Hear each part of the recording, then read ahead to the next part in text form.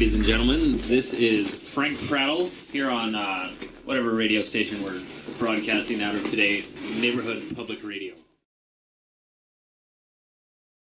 We find there's nothing more natural than a person hanging from your ceiling. Yeah, exactly. I mean, yeah, like then you get into the suspension bondage, which is definitely the kinkier side, I would think. Yeah, people always want to do, like, the funny thing is that people come to us, they want to do suspension first. That's really? like the first. Oh, totally. Like, sometimes they don't want to learn anything else, because that's like you can always tell where someone's coming from when they want to learn suspension, because suspension is like the performance end of things. Right. It's kind of the look how cool I am. Right. And we kind of encourage people to keep it on the ground for a while, just learn the basics, and then you sort of build up to suspensions. I mean, do you guys do a lot of suspension? Oh, absolutely. All right. Tell me a little bit about it. Well, you can see a lot of our examples of our suspensions on our website at knottyboys.com. Go to our gallery, and you can see some of our performances.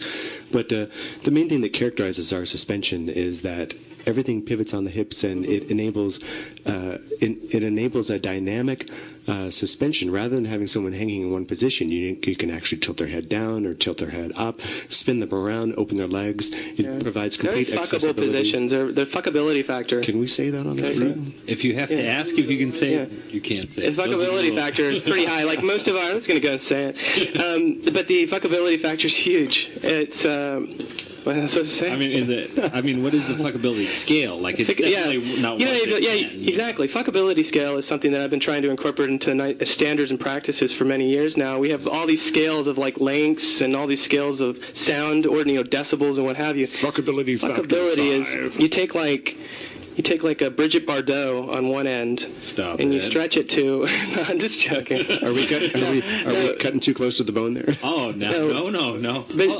I'll just be back. All the ties basically are you maintain exposure, so you can be fucked. I mean, we're teaching couples, right? And so our idea is that people are going to be engaging in sex. I mean, we're not suggesting this is going to happen in like a public. It could actually. It depends on what night it is. Wednesday night, I call that. But basically, we're teaching couples in the workshop, so we do show them how to maintain exposability, so that that someone feels restrained, exposed, and fuckable. Like there's something that washes over the face of your partner when they're in a position where they look up and they see someone they trust and someone they love and someone they care about to fuck them in half. And that is a great, powerful, feeling. It really does.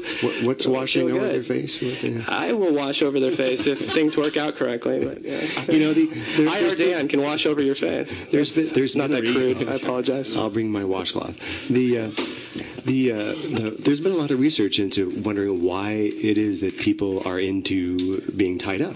And there are a couple of reasons. I mean, for one, a lot of people have real guilty issues, and if you have your power of participating taken away from you, and then it somehow frees you from the not only the guilt of engaging in this act because you're being taken, and so you can relax and you have that sort of it kind of allows your primitive religious psyche to let go of that inhibition.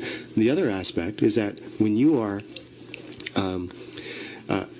there's something called the norm of reciprocity, and when someone is trying to please you, a lot of people are distracted by the fact that they want to please the other person too. But when you're tied up, you are liberated from having to please the other person. You can just sit back and take the pleasure that someone is inflicting upon you. Yeah, and if you're lazy, it's awesome, because like if you don't want to do anything, just have your partner tie you up, and then you have no choice. You're like, I would have so reciprocated, but I was tied up. What was I supposed to do?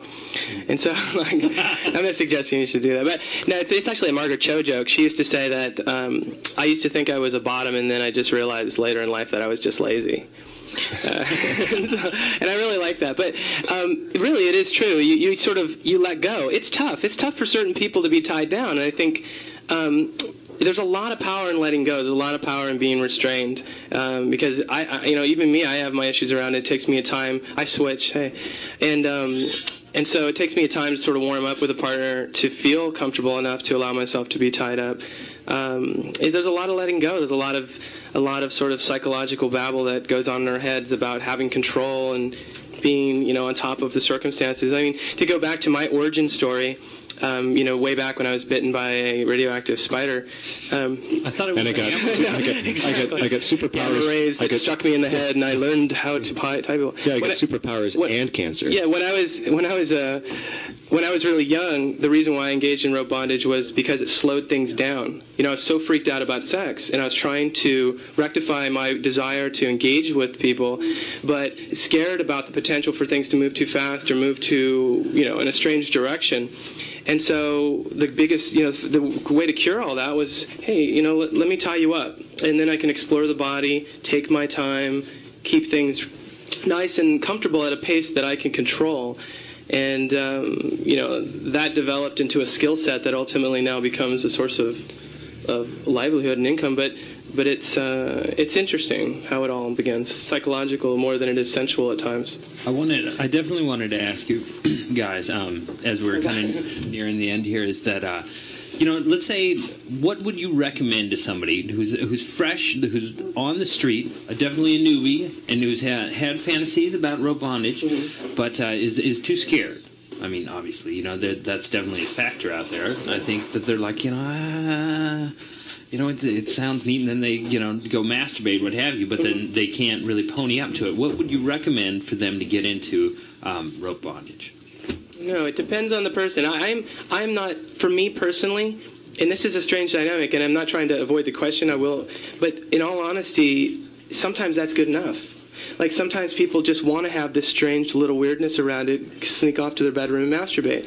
And that's okay. What we're here for is we're a safe place for people to come to when they make that decision that they want to step into a social exchange with another person. And so the only thing I would say is that we're an option. We're here. We teach workshops, knottyboys.com. Check us out when you're ready to take the next step and leave your bedroom. Yeah, there's also a lot of other options, too. We live in a great city where if there's anything you want to learn how to do, particularly if it's related to consensual sexuality and imagination that way, there are people who can teach it to you. We're not the only people in the Bay Area that teach rope bondage or other types of bondage. And there's all sorts of ways that you can explore that. Just doing a search on the internet and doing workshops and BDSM, and you'll come up with all sorts of resource sources to add. And we view bondage as simply another way to add creativity to your BDSM play or your sex life. It's just another part of the spectrum that you can wow your partner with. Yeah, it's not the only thing. It's just one of many. And just to add to that, if someone is really increasingly timid, again, we have a book coming out later this year, Two Knotty Boys Showing You the Ropes.